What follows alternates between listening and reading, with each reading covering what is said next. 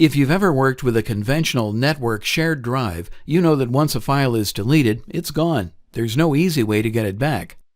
Because SharePoint sites are also shared spaces, you might be understandably nervous when it comes to deleting items from the site. But SharePoint makes deletion safer by enabling site members to restore recently deleted files with its Recycle Bin feature. To delete, just select one or more items. Then press Delete, or find Delete on the command bar or right-click menu. As the message suggests, the items are not gone completely, but are moved to the Recycle Bin. Each site has its own Recycle Bin, which you can find on the Quick Launch menu. If the items were deleted in error, they can quickly be restored back to the original location. Just select and restore.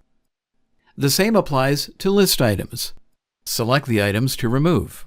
Then press Delete, or find Delete by right-clicking on the item.